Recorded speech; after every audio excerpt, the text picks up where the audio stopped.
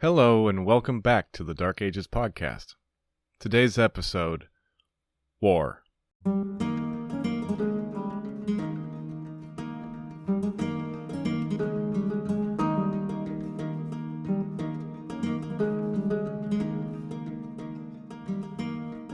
How is everybody?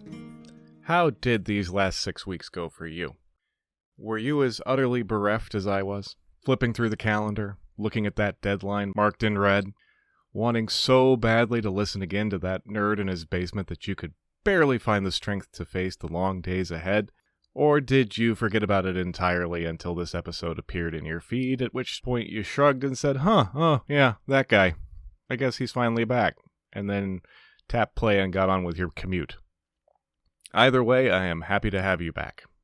Or welcome you for the first time. If you are new to the show, welcome. You should be fine starting from this point and moving on without listening to Season 1 if you want to do it that way, but I think you'll find more depth and continuity if you go back.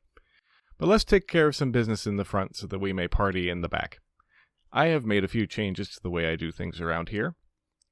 Transcripts of episodes will be posted on the website, darkagespod.com, as before, but I'm making a concerted effort to add some more value to the site, so you will find more links within the texts to various relevant, helpful, or amusing things that I find online, and in episodes that demand more of a visual component, there will be images along with the transcripts. I'll continue to post some of those on Instagram or Twitter as before, but there will usually be more on the website. On the more stuffy academic side, I will be putting my references for specific episodes at the end of those transcripts rather than having all of my sources just in a big ugly mishmash that I continually forget to update, though there will continue to be a master list of sources available too.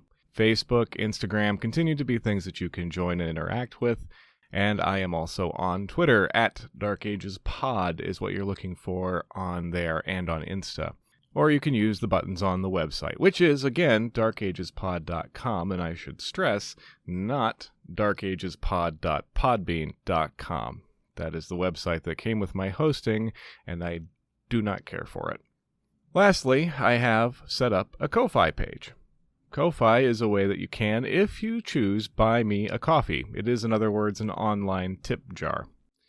Goal is to defray the costs a bit of hosting as well as support my slightly alarming used book habit.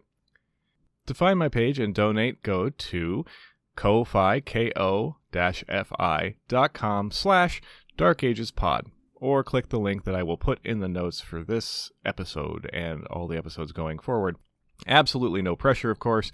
I will love you all no matter what, but much appreciation if you do. So, for those of you who are new to the show, now seems like a good as place as any to insert a quick note about the show's title. If you've heard this before, just zone out for a sec. The Dark Ages, as you may know, is a term extremely unfashionable among academic historians, not just on the usual basis that breaking history into distinct defined chunks is unrealistic and artificial.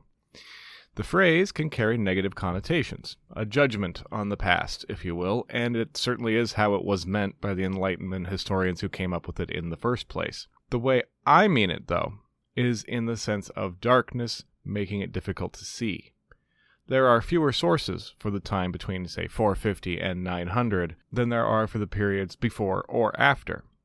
They are dark to us. So that's why I used that phrase as the title. Also because I thought you would be much more likely to click play than if it was called the Early Middle Ages podcast. Professional historians, by and large, are terrible at marketing. Enough blibber and too much blabber. Let's get into this thing. I have 2 goals for this episode. 1, to introduce my plan for this so-called Season 2, and B, to talk about warfare in the early Middle Ages. So that as we move forward and I start talking about various armies knocking the stuffing out of each other, you can have some kind of picture in your mind of what it all would look like. I have to admit I have shown extremely poor discipline and very little self-control in the writing of this episode. There is talk about swords, listeners. Swords and shields and spears, and on the website there will be pictures of same. I was, for an hour at least as I wrote this, once again 12 years old, and I had to go outside and wave a stick around for a while before I could come in and return to the serious historying. So I hope you will indulge me in my incontinence. How does that sound? Actually, that sounded awful. I mean, how does the plan for the episode sound? Okay? I take your silence for enthusiastic consent. The problem for me is, and always has been, that once the Roman Empire went away, the narrative becomes fractured. There is no longer a history of the Roman Empire. There's a history of the Franks, and a history of Britain, and a history of North Africa, and so on and so forth. Trying to do them all at once, in parallel to each other, one episode at a time, this episode over here, that episode over there, obviously isn't the best option, and indeed makes me question the wisdom of starting the podcast in the first place. But it's too late now. So my plan is to do a series of episodes focusing on one place or people, and take the story of them from about 476, where we left off, to some spot around 540, 550. Somewhere close to that makes sense for their particular narrative. Then I'll move back and do another series on a different country or people for roughly the same period. Hopefully this will keep the narrative threads from getting too muddled. Hopefully it will not be too repetitive, and we can build up a picture of Europe as it transitioned to a post-Roman reality as we go. I've decided, after long debates and conversations with myself in the shower and while lying in bed, that I will begin at the center, in Italy, and then move on to what will become France, and then see where the wind takes us, though we could very easily sink into the marshes of France and never be seen again. In between these series, I'll insert some thematic, rather than narrative episodes as interludes. The bulk of this episode is going to be one of those. I also know that I want to do one on the papacy, and one on the Germanic tradition of heroic legend, and so on. Clear? Maybe? Anyway, that's the plan. Oh, and if you have ideas about the kind of topics you'd like to hear about in this kind of longitudinal way, please let me know. I will almost certainly run out of ideas. I basically already have. And now, at last, the time has come to talk of other things. Of shoes and ships and sealing wax, and if we have time, maybe even some cabbages and kings. The rest of this episode, 10 minutes in, will be what it says on the title: The Domain of Mars, Tyr, and Perun, the greatest evil, God help us how we love it, war, and the making of it. The thematic approach to this means that I'll be casting a wide temporal net, from the end of Roman rule in the West to roughly the reign of Charlemagne in the 8th and 9th centuries, because the general principles of war didn't change too terribly much across the time period. The fundamentals really would hold true for later centuries too, despite changes in armor, technology, and the increasing sophistication of raising armies and paying them. At its most basic, until the arrival of firearms, warfare pretty much involved men sticking sharp pieces of metal into other men at extremely uncomfortably close range. Now, the people who wrote down capital H history in the early Middle Ages mostly concerned themselves with what we would call political history, the deeds of kings and chieftains, and the movement of people. While these things are obviously necessarily involve the waging of war, and indeed large swathes of their texts are devoted to the movements and clashes of armies, details that we would be interested in are just about always lacking. If you've been listening from the beginning, you'll remember the description of the Battle of the Catalonian Fields, which I read from Jordanes. He recorded the names and positions of the commanders, a general sense of toing and froing, and an entirely invented speech given by Attila that I think I cut out at the time. It is very stirring and all, but nothing really there for a military historian to hang his tweed coat with elbow patches on. How many of the combatants were cavalry? How many of them were foot? How had they been recruited? Who trained them? What kind of weapons did they carry? What tactics did they actually use? The chroniclers have very little to tell us about these things, because that wasn't their goal. We've, of course, talked about this before. Classical historians approached history as an art. It was a literary endeavor. As the classical world transitioned into the medieval, it also took on a moral dimension. I mean, it always had that, but it was emphasized. History became a tool of moral instruction. Either way, the day-to-day social history, the grubby, often unedifying mechanics of it, and even the very kingly art of administration and logistics, were way down on the historian's list of priorities. So clearly then, we have to look elsewhere for the kind of information we're looking for. Archaeology is one place, incidental information can be found in other literature, and probably most exciting, there are a few military manuals surviving.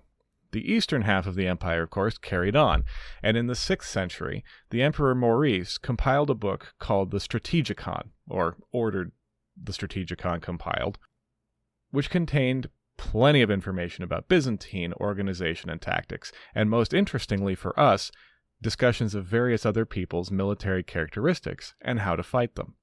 In the West, the classic Latin military manual was De Re Militaris by Vegetius, which was mainly theoretical and obsolete by the time of the fall of the empire. But its shortcomings seem to have been recognized by its audience, judging by the repeated revisions made to it as it was recopied. Low literacy levels among the warrior classes meant that Vegetius only really became widely known later in the Middle Ages, but its preservation demonstrated the intelligentsia's drive, by which I mean the church, to maintain the traditions of the lost empire.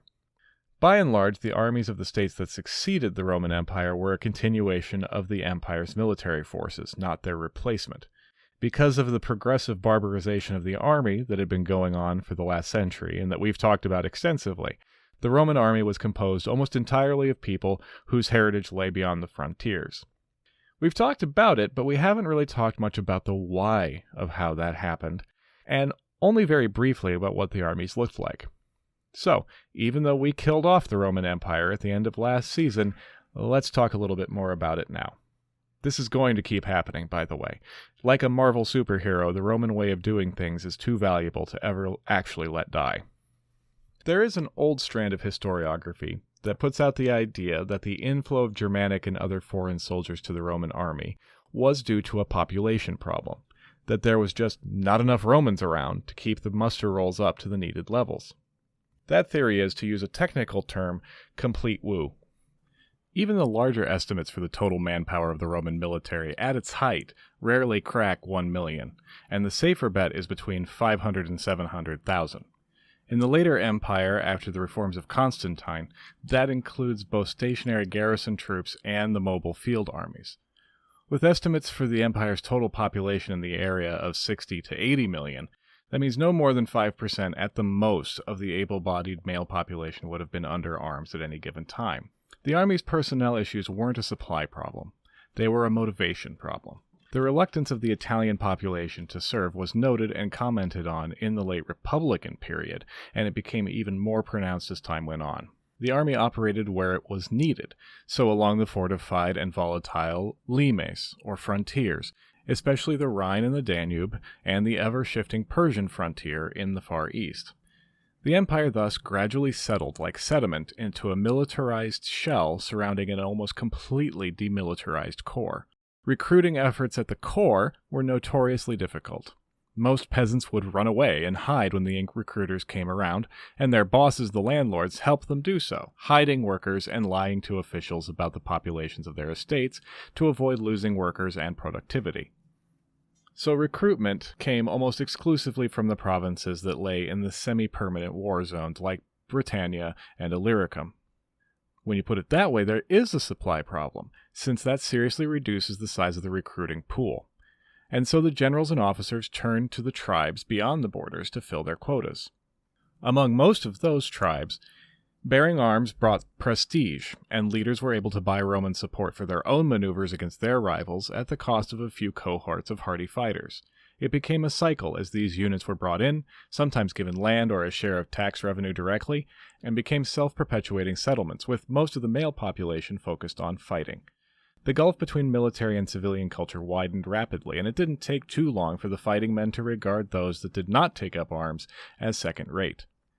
How exactly armies were supported and paid for at the end of the empire and the time immediately following is a subject of considerable debate among historians, and the absence of source materials means that it's probably always going to be so. The most complete information comes from Italy, probably unsurprisingly. There, the army was allotted a third of the estates to support themselves, but what does that mean? Was 1/3 of the land commandeered by the state to hand out to individual army officers? That doesn't seem like a situation likely to produce peace or harmony. Another possibility is that 1/3 of the tax revenue was allocated to the military, so a landowner would pay 2/3 of what they normally would to the government, and the remaining third directly to the army, or the units specifically assigned to them for support. Possible. Seems cumbersome, but possible. The third option is that fighting men in question were billeted on the landowner and entitled to 1/3 of the tax revenue going towards maintaining them there. We just don't know. When the Western Imperium disappeared or was withdrawn, it took basically no serious effort for the militarized barbarian leaders to assert their control over the Empire's territories, given that they basically already had control anyway, and in most cases the Roman aristocracy was happy to work with the new bosses. Doing so kept them safe. It kept their peasants on the land where they belonged, and often meant a considerably lower tax burden than had previously been the case. Whatever the original arrangement, gradually the military men either bought, inherited, or half-inched land for themselves into direct ownership. Soon these warriors, who already felt a sense of difference and superiority because of their fighting position, could add landowning to their status. To me, what we're seeing is the birth of that particularly medieval form of nobility, for whom war and land were the most important, and for many the only important aspect of their lives, and what set them apart and above the rest of the population. They would gather around them other fighting men who would serve as the professional core of their armies. The system grew and transformed over time. Now, these men were professionals, though in a largely moneyless economy of the time, their payment took the form of rights to gather taxes from particular lands, or title to the lands itself, and might also include gifts of weapons, clothing, or room and board. These kind of arrangements led to a much more intimate relationship than a simple employer-employee relationship, and loyalty was very important to the honor of both parties. The old Roman nobility, meanwhile, was not necessarily boxed out, though many probably were. Others adapted.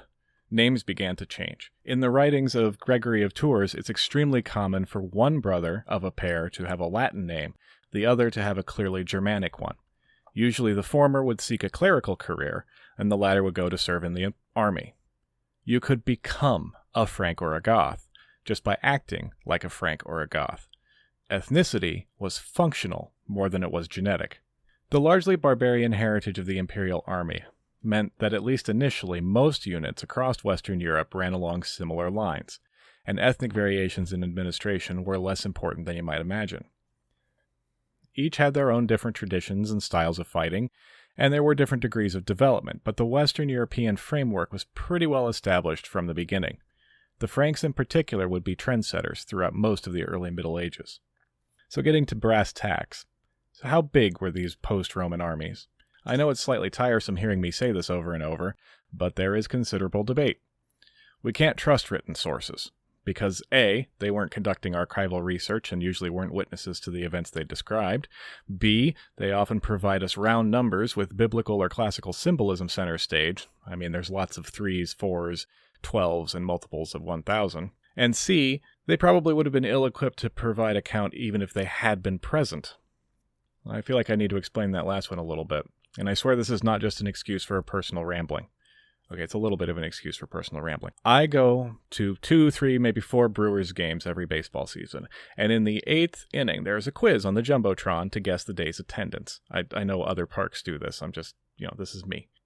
Even when I'm sitting in the cheap seats, with a view of almost the whole ballpark, I get this question wrong every single time, usually by several thousands. My point is, it's difficult to estimate the size of large gatherings.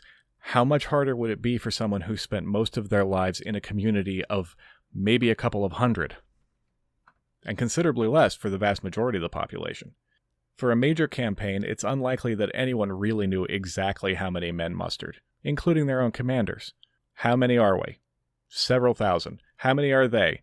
More, less, half? Make decisions from there.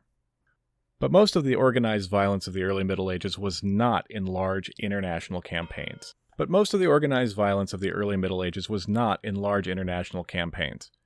Border raiding and vendetta wars probably made up the vast majority of armed conflict.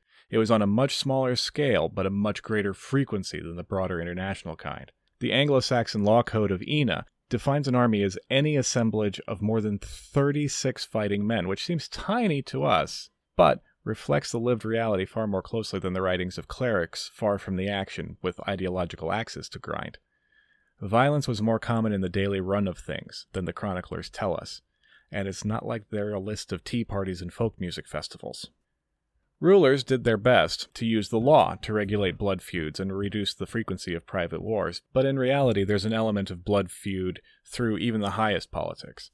The most common form of warfare, though, was probably border raiding, which then would provoke counter-raiding, and which could easily snowball into much larger problems in a very brief time. Raiding was motivated by the desire for plunder. The plunder would take various forms, very rarely money. Cattle, food, any kind of luxury goods raiders could get their hands on, and people, either to hold for ransom or sell as slaves. This wasn't just shallow greed. Plunder was shared out among commanders, who then would distribute the wealth down through their own followers. This largesse bound the leaders and their men together in a chain of loyalty that could run very deep, but keeping up the flow of goodies was essential. A lord maintained his position through the distribution of patronage. The men who took part in these raids would have started very young, in their mid-teens probably. By their mid-20s, most would be well acquainted with the experience of combat and capable of leading others into it. So imagine your high school's varsity football team, but with edged weapons. The dynamics within the warrior cadre were volatile and carried the potential for violence at all times. At every level, men fought and jockeyed for recognition and preferment from those above them, and fierce rivalries were the norm. The Germanic tradition of succession, where any suitable male from the royal family could potentially inherit, meant there was very little sentimentality among noble siblings. Between these rivalries, the generally high concentration of testosterone, and the logistical problem of feeding a large gathering of people, it would behoove a commander to get his army moving and out of his territory as quickly as possible after he'd mustered his forces. Better to let them all use all that energy against the enemy than against each other. Or, just as bad, start talking among themselves about who might be more worthy of their loyalty. Speaking of edged weapons, how would all those teenagers have been equipped exactly? Now, personally, a fascination with weaponry is what got me into medieval history in the first place, and I know I'm not alone on that. I also know from my experiences in the comments section of YouTube that there is nothing that nerds on the internet will argue about more ferociously. Now, I am not an expert, keep that in mind before shouting at me for disappointing you. Also, as we move into this, you're going to want to see pictures, and so I refer you again to the website www.darkagespod.com, where you will find images carefully selected for your edification along with the transcript for this episode. The most common weapon in the early medieval arsenal was absolutely and definitely not the sword, no matter how romantic and iconic they may be. I will of course come back to swords, but the most common weapon by a wide margin was the spear. Spears appear in early medieval literature as a metonym for war itself, as they do going all the way back to Homer. Spear points are the most common weapon found in graves of the time and come in a wide variety of shapes and functions. Light spears of various lengths for throwing, lances for mounted warriors, which could be used couched the way we think of with a mounted knight, but also underhand to the side or overhand in a downward stabbing motion. Some shorter spears had long, robust heads which might have been used to both stab and slash, similar to the polearms of later eras. As the early Middle Ages progressed, lugs began to appear on the sockets of many spears, these little wing things on the sides. For a very long time, these have been interpreted as devices to prevent the spear from getting stuck in a target, or for hunting to keep a boar from running up the shaft and killing the spear's bearer. The more recent scholarship doubts that interpretation. Here's the first thing nerds are going to shout at me about. For one thing, these lugs are so far down the shaft that the spear would be nearly through a human enemy's body before meeting the lug, which makes the whole prevention of getting it stuck kind of unlikely. Plus, as often as not, they are not any wider than the head of the spear they're attached to. Given that the spear was used as a melee weapon, these lugs may have been defensive, designed to catch and deflect opponents' weapons like the crossguard on a sword. It's also possible that they're simply decorative. I will grant that there are absolutely boar hunting spears with crossguards, but they are large and robust and clearly meant for purpose. While we are discussing themes that will get me in trouble with people, let's move on to axes. Because surely, if we all imagine a warrior of the Dark Ages, we imagine a bearded Viking with his bearded battle axe. And the good news is that yes, the Vikings were enthusiastic users of the battle axe. The bad news is we won't be talking about the Vikings for quite a while on this podcast yet, because they're still 300 years in the future, and the evidence for widespread use of the axe in war in the rest of Europe is scant indeed. The axes that were used were single-handed, so they could be used with a shield, and that limited their reach. We already talked in an earlier episode about the Francisca, the Frank's signature throwing axe, Those are found in Frankish territories pretty frequently, but not nearly as ubiquitous as you might be expecting. But you may find it gratifying to know that the ones that are found are usually found with the top point broken off from use. But the Francisca, being a close-range, single-use projectile, could never have been a primary weapon. And so just to close the hatch on axes also, no double-headed axe from the early Middle Ages has ever been found in Western or Northern Europe. Sorry. More basic than the axe, and probably the oldest human weapon of war, the club, along with its marginally more evolved cousin, the mace, remained an option, even for the proudest warrior. A big, heavy stick, you may remember way back, was the weapon favored by the Goths for destroying a whole Roman legion in Adrianople, and its obvious utility kept in circulation all the way to the Norman invasion of England and beyond. The Bayeux Tapestry depicts the most reverend and holy Bishop Odo of Bayeux with a big honkin' stick at the Battle of Hastings. His half-brother, the Conqueror himself, also wields one. Everyone's favorite weapon, of course, and the one that gets all the press, is the sword. Swords of our period seem mainly to have been modeled on the Roman cavalry sword, the spatha. Long, straight, double-edged. Swords in this form were designed for slashing and required a fair amount of room to use. The gladius, the short sword of the legions, had fallen out of favor in the 3rd century, as it was adapted primarily to close-order fighting, and the tight legionary formations had become obsolete as the Romans turned their attention to more mobile cavalry armies. The early medieval evolution of the spatha combined it with the Germanic patterns through distinct stages, passing through swords of the Migration period to those made by Merovingian smiths in the 8th century to culminate in what is usually called the Viking sword.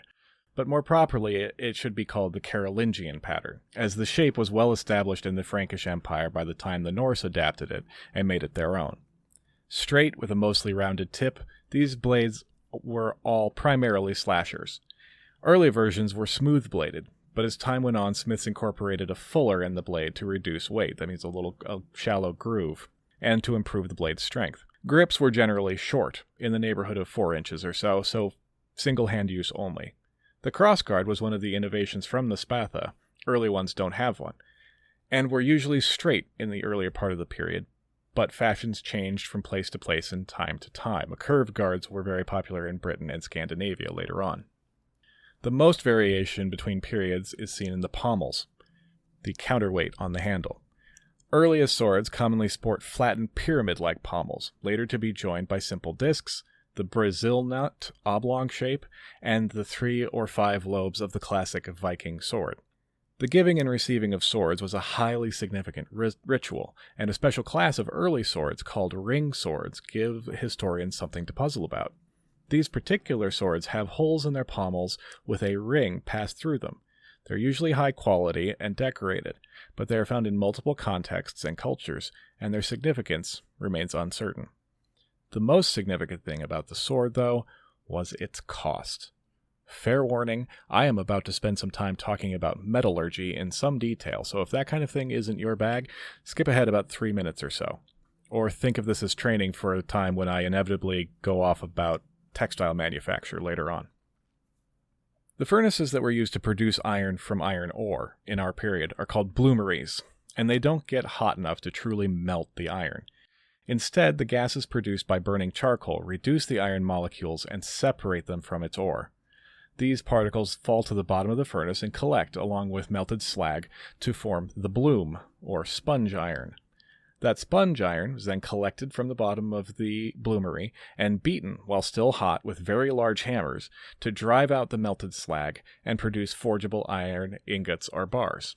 European bloomeries in the post-Roman period could produce somewhere between 5 and 20 kilograms of iron at a time, which doesn't sound like a lot, because it isn't. Much later, the adoption of the water wheel to run bellows would increase the capacity of bloomeries until they were replaced by blast furnaces, but that would be a 13th century development, very far in the future for us. Once the iron was produced, smiths would set about building a sword, and I use the word building deliberately. The quality of the iron was such that it couldn't simply be pounded into a flat blade shape, at least not if you wanted it to last more than a few seconds in combat. In order to achieve the necessary toughness, along with the necessary flexibility, sword blades were pattern welded. Specific techniques varied from place to place, but let's take the Frankish process as an example. The smith would take 2 or 3 rods of iron and twist them together into a larger rod. He would repeat that 2 or 3 more times, so he has 3 twisted rods. He would then lay them together with untwisted rods on the outsides, so it goes plain rod, 3 twisted rods, plain rod, and then forge weld all 5 of them together. Forge welding is exactly what you think it is. Separate pieces are heated and then hammered together. Once the bars were welded, the whole thing could be flattened to the desired thickness and shape and then polished and sharpened. Some smiths also folded the blade at this point and hammered it flat again a few times to produce more layers, sometimes over 1,000. These layers produce wavy patterns on the blade, hence pattern welding. As an aside, these kind of pattern blades are sometimes called Damascus steel, but that's incorrect. There are superficial similarities, but true Damascus steel was made from much higher quality crucible steel, coming from India and Sri Lanka and then imported into the Middle East, where it was made into the famous blades. It could also refer to a Chicago improv troupe from the early 2010s, and how is that for a niche reference? The blade, manufactured by our blacksmith, would have a narrow tang at the end of it, a long thin projection at the blunt end, where the grip of wood or sometimes bone would be fitted, along with the crossguard and the pommel. Now all of this is obviously time-consuming and requires considerable skill, and so swords were ferociously expensive. Hand-forged ones still are, of course, but they were even more so in the Middle Ages. The Romans had maintained factories that produced weapons for their armies, but as these became less and less viable, production efficiency declined, and so costs rose. The expense meant that they were weapons of the nobility, available only to the upper echelons, and came to be associated with nobility itself. But that association took time, and only really became clear from the 6th century onward. Okay, so much for offense. What about defense? Shields. Shields were almost universally round, sometimes oval, and made of wood. At the center of the circle would be a hole with a grip placed across it and then covered with a metal dome called a boss. The shield bosses in most of our time periods were conical in shape, many of them with a peened rod projecting at the center, designed to catch enemy weapons, and it could also be used to punch. In spite of what you may have in mind, most shields were not edged in iron banding, though they may have been bound with leather. Shields were brightly painted, but ultimately considered disposable. The shattering of shields, or the gradual whittling down of them in a long fight, is a common theme in descriptions of battles. Armor was mainly mail or lamellar. I assume most of you know what chainmail is. Lamellar armor consists of small squares or rectangular plates of metal sewn together at the edges with wire or leather. It was easier to produce than mail, and therefore cheaper, but also less versatile.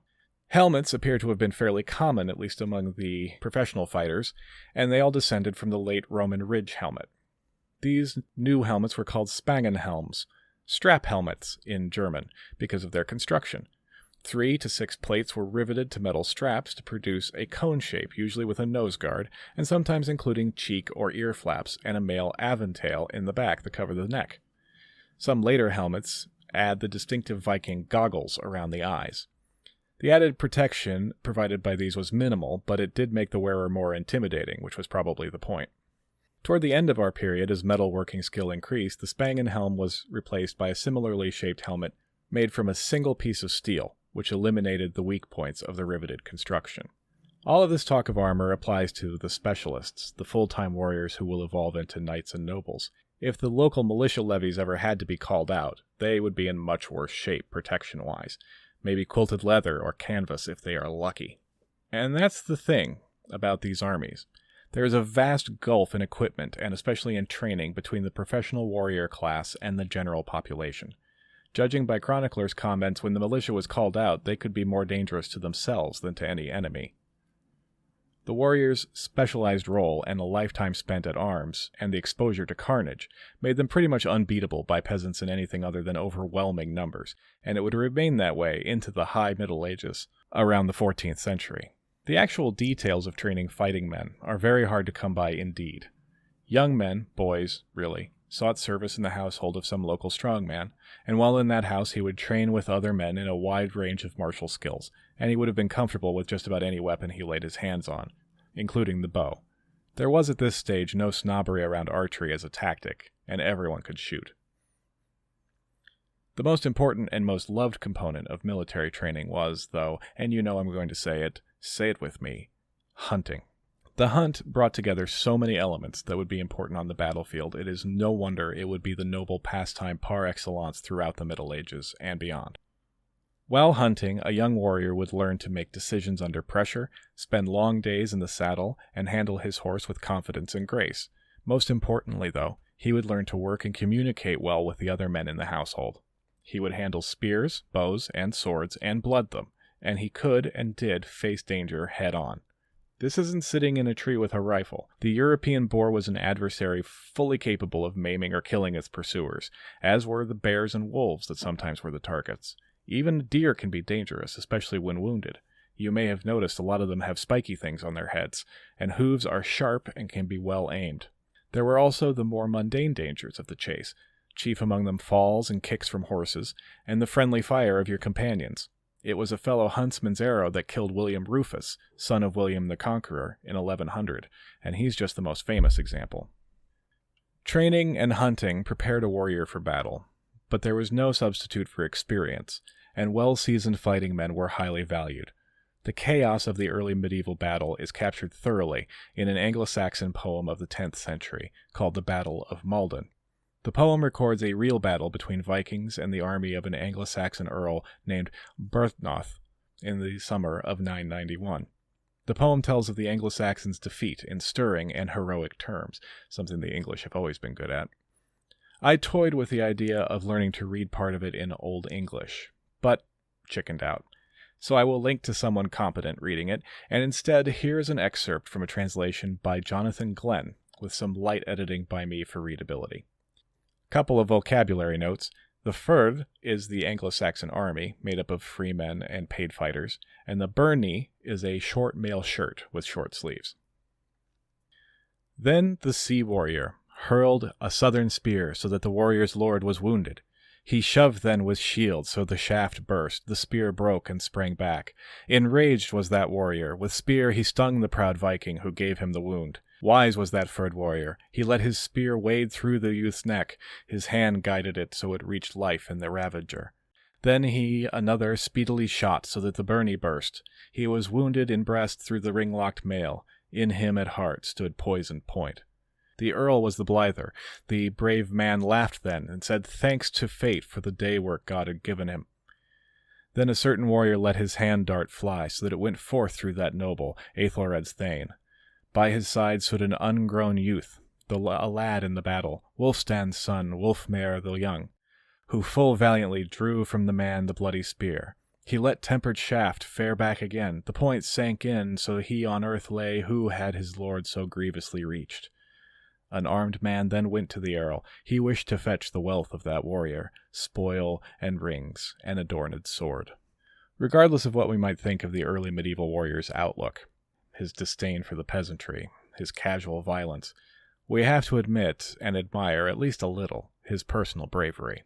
The death he faced whenever he took the field would be painful, ugly, and could arrive in an instant. From an early age, fighters would have become used to witnessing a range of mutilations and death personally and regularly. The wounds found in battlefield graveyards bear grim witness to the carnage. Warning: incoming descriptions of carnage.